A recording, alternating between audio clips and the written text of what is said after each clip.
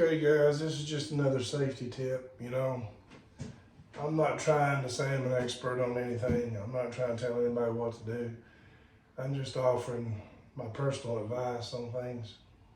And when it comes to carrying concealed or open carry, you know, everybody is up in arms about the Second Amendment, First Amendment. Well, I'm all for the Second Amendment, and I carry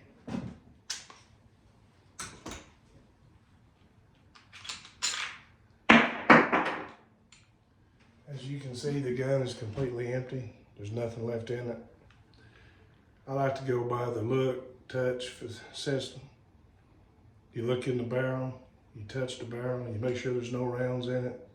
You make sure the magazine is completely out of it, and it's completely safe. Now, what I like to do is with the holster that I have, it is kind of tilted back because what that allows for is a quicker draw if I have to use it.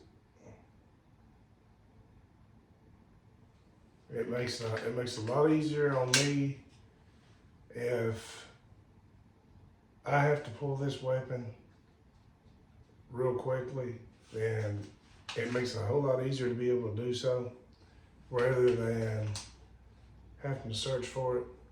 And with this particular holster, it is a safety lock retention holster. And if you look at it, you can pull on it all day long. That weapon's not going to come out until you depress that button to release it. That way, if you're in a fight, nobody's going to be able to take that weapon away from you. And it's like I said, I'm all for the Second Amendment, but they have made it so easy for people to get a concealed handgun permit. Till the other night, I was at Walmart, walking down an aisle.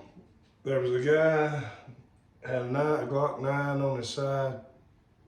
He was bent down on the floor. Didn't realize what he was doing until I got closer to him. He was picking his rounds up out of the floor.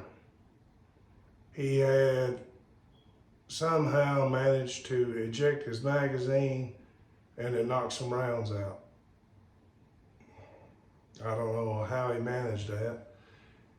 He didn't know how many rounds he had.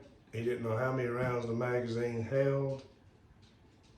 And luckily we were able to find all the magazines. A couple years ago, Walmart, well, I'm not gonna disclose the location. My wife was shopping, and someone discharged a pistol that they had stuck in their back pocket. It shot a hole in his pistol, hit the floor, ricocheted off the floor, and part of the fragments caught a nurse in the back of the leg. She wasn't severely injured, but could have been. And of course, the cameras wasn't reviewed. The guy walked out of the store and left. Am I all for the Second Amendment? Yes. But do I think you need to be trained? Yeah. I really do. More than just a hunter safety education where you never pick up a gun, more than just paying a fine online to get your concealed handgun permit. I think you need to be fully 100% trained in the weapon that you're carrying. You need to be trained in loading, unloading, firing, storage, safety. All that's important, because there was a mother shopping. Her 2-year-old took a .38 special out, pointed it at her, and was able to pull the trigger. And it killed the mother. She was legally armed, but had no experience with firearms.